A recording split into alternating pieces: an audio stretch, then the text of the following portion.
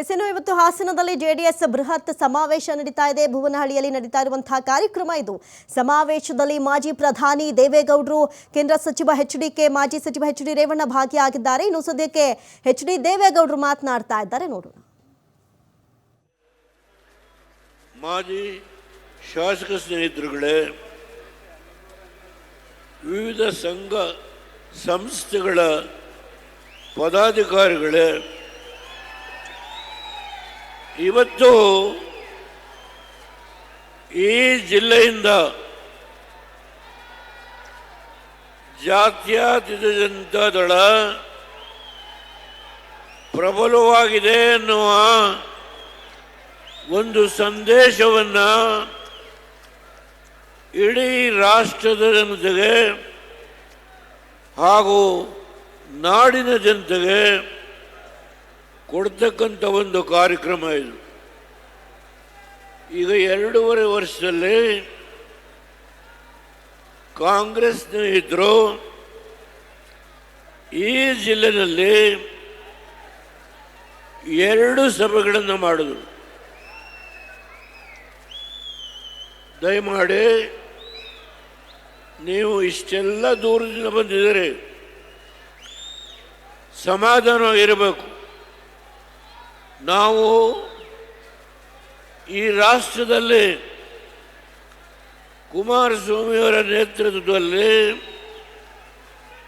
ಜಾತ್ಯತೀತ ಜನತಾದಳ ಪ್ರಬಲವಾಗಿದೆ ಎನ್ನುವುದನ್ನು, ಈ ಸಂದೇಶವನ್ನು ಇಡೀ ರಾಷ್ಟ್ರಕ್ಕೆ ಅಷ್ಟೇ ಅಲ್ಲ, ರಾಜ್ಯದ ನಮ್ಮ ಎದುರಾಳಿಗಳ್ಯಾರಿದ್ದಾರೆ, ಯಾರು ಈ ಜಿಲ್ಲೆಯಲ್ಲಿ 2 ಸಭೆಯನ್ನು ಮಾಡಿ ರೇವಣ್ಣವರ ನಾಯಕತ್ವವನ್ನು ಸಂಪೂರ್ಣವಾಗಿ ನಾಶ ಮಾಡ್ತೇವೆ ಅಂತೇಳಿ ಪ್ರಯತ್ನ ಮಾಡಿದ್ರು, ಆ ಮಹನೀಯರುಗಳಿಗೆ ಇವತ್ತು ಇಡೀ ರಾಜ್ಯದ ಮೂಲೆ ಮೂಲೆಯಿಂದ ಬಂದಿರತಕ್ಕಂಥ ಎಲ್ಲ ನನ್ನ ಯುವಕ ಮಿತ್ರರು, ತಾಯಂದಿರು, ನನ್ನ ಅಣ್ಣ ತಮ್ಮಂದಿರು, ಹಿರಿಯ ಮುಖಂಡಗಳು ವೇದಿಕೆಯಲ್ಲಿ ಕೂತಿದ್ದಾರೆ. ಅವರೆಲ್ಲರಿಗೆ ನಾನು ಮೊದಲು ತಲೆಬಾಗಿ ನಮಸ್ಕಾರ ಮಾಡ್ತೇನೆ. ಕೂತು ಮಾತನಾಡ್ತೇನೆ. ನಿನ್ನೆ ದಿನ ಹೌದು, ನನಗೆ ಡಯಾಲಿಸಿಸ್ ಆಗಿದೆ. ಈಗ 2 ತಿಂಗಳ ಹಿಂದೆ ನನ್ನ ಕಿಡ್ನಿ ಫೇಲ್ ಆಗಿ ವಾರದಲ್ಲಿ 3 ದಿನ ಡಯಾಲಿಸಿಸ್ ಮಾಡ್ತಾರೆ. ಆದರೆ ಯಾಕೆ ಈ ಜಿಲ್ಲೆಗೆ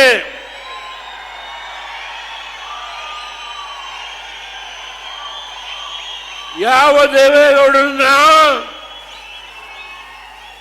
1962ರಿಂದ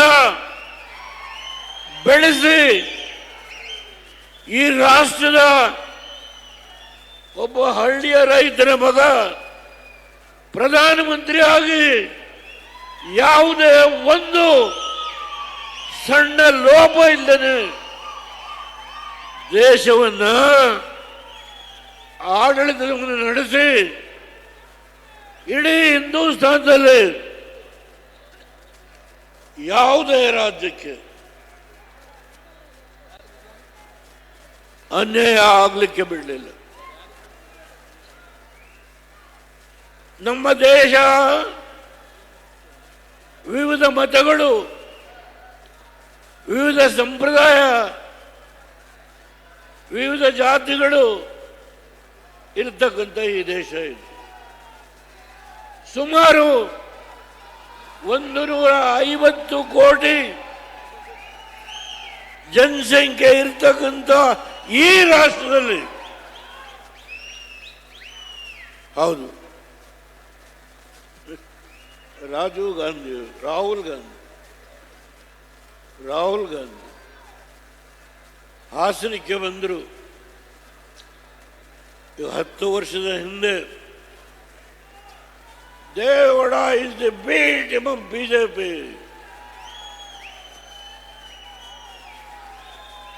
ನನ್ನ ಸ್ನೇಹಿತ ಅವತ್ತು ಆ ಚುನಾವಣೆಯಲ್ಲಿ ಸೋತ. ಇವತ್ತು ಅವ್ರ ಮಗ ಇಲ್ಲಿ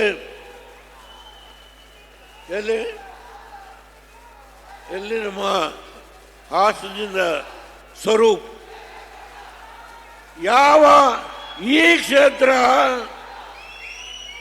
ಬಿಜೆಪಿಯ ದೇವೇಗೌಡ ಇಸ್ ದಿ ಬೀಟ್ ಅಂತ ಹೇಳಿದ್ರು, ಇವತ್ತು ಅದೇ ದೇವೇಗೌಡ ಬಿಜೆಪಿಯ ಜೊತೆ ಸಂಪರ್ಕ ಮಾಡಿ NDAನಲ್ಲಿ ಇವತ್ತು ನಾವು ಪಾಲ್ದಾರರಾಗಿದ್ದೇವೆ.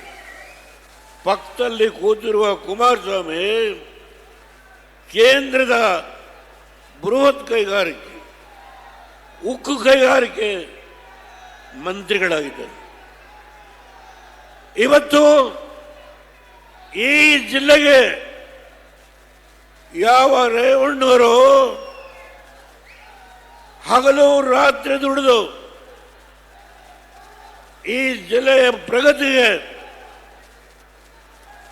ಹೋರಾಟ ಮಾಡಿದ್ದು, ಅವನ್ನ ತುಳಿಲೇಬೇಕು. ಸ್ವಲ್ಪ ಸಮಾಧಾನ, ಅವನ್ನ ತುಳಿಲೇಬೇಕು. ನನ್ನ ಮನೆಯಲ್ಲಿ ನಾನು 2ನೇ ಮಗಳು ಶೈಲಜಾ ಅವರ ಮನೆಯಲ್ಲಿ ಇರ್ತೇನೆ. ಆ ಮನೆಯಲ್ಲಿ ರೇವಣ್ಣ ಕೂತಿದ್ದಾನೆ. ಪೊಲೀಸ್ನವ್ರು ಬಂದು SIT ಅವರು ನಿಮ್ಮನ್ನ ಅರೆಸ್ಟ್ ಮಾಡಿದ್ದೀವಿ ಬನ್ನಿ.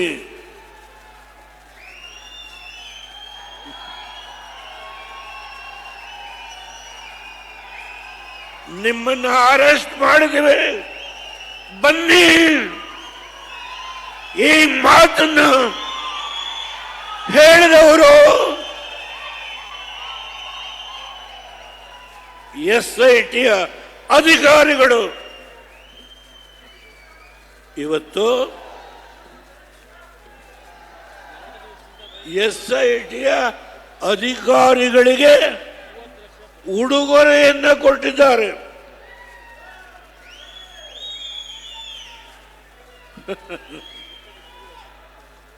ಈ ರಾಜ್ಯದ ಆಡಳಿತದ ಚುಕ್ಕಾಣಿಯನ್ನ ಹಿಡಿದಿರತಕ್ಕಂಥ ನಮ್ಮ ಎದುರಾಳಿಗಳು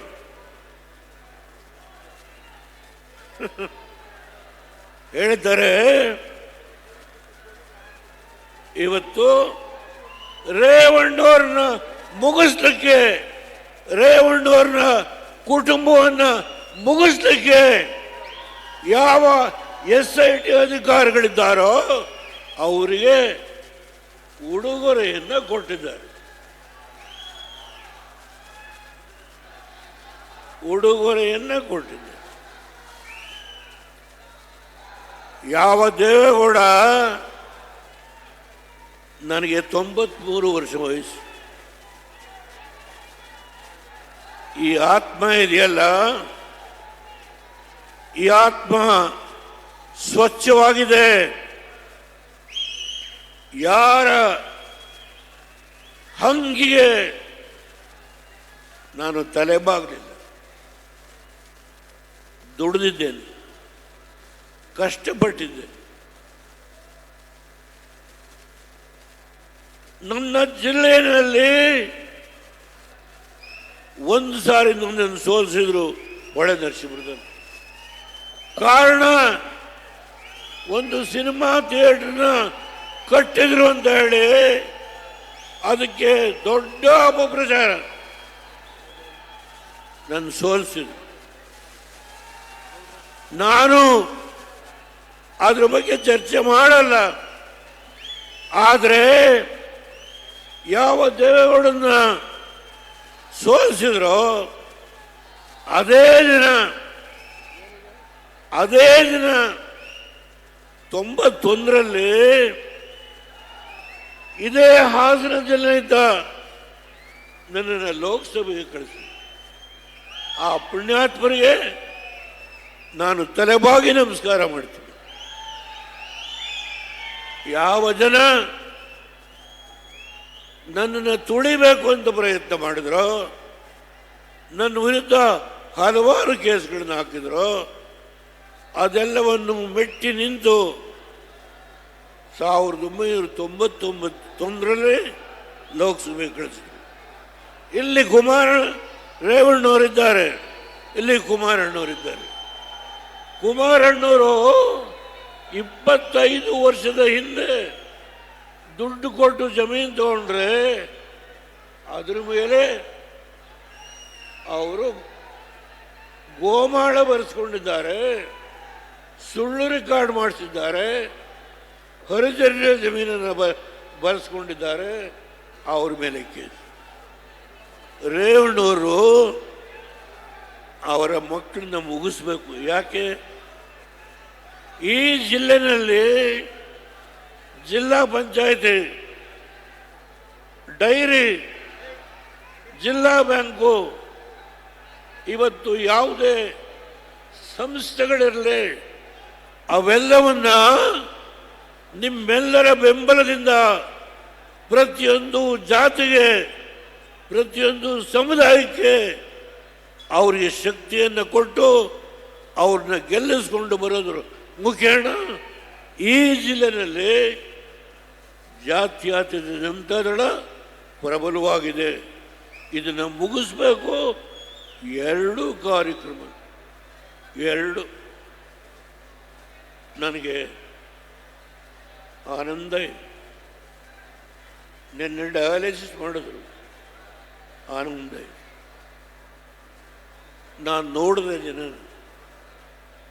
ನನ್ನ ಕಣ್ಣು ಕುಕ್ಕುವ ರೀತಿಯಲ್ಲಿ ಈ ಸಭೆಗೆ ರಾಜ್ಯದ ಮೂಲೆ ಮೂಲೆಯಿಂದ ನೀವೆಲ್ಲ ಬಂದಿದ್ದೀರಿ. ಇವತ್ತು ಒಂದು ಮೆಸೇಜನ್ನು ಕೊಟ್ಟಿದ್ದೀರಿ. ಆ ಮೆಸೇಜ್ ಏನು? ಯಾರು ಆಡಳಿತ ನಡೆಸ್ತಾ ಇದ್ದಾರೋ ಅವರಿಗೆ ನಿಮ್ಮ ಆಟ ನಡೆಯೋದಿಲ್ಲ. ನಾವು ಇದ್ದೇವೆ, ಕುಮಾರಸ್ವಾಮಿ ಅವರಿಂದ, ರೇವಣ್ಣವರಿಂದ ನಾವು ಇದ್ದೇವೆ, ಬದುಕಿದ್ದೇವೆ. ನಾವು ನಿಮ್ಮನ್ನ ಇವತ್ತು ಚೆಲ್ಲಾಟ ಆಡಿ ರೇವಣ್ಣವ್ರನ್ನ ನನ್ನ ಜೊತೆ ಕೂತಿದ್ದಾರೆ, ಬನ್ನಿ. ಅವರಿಗೆ ಇವತ್ತು ಉಡುಗೊರೆ ಕಾಲ ಬರುತ್ತೆ.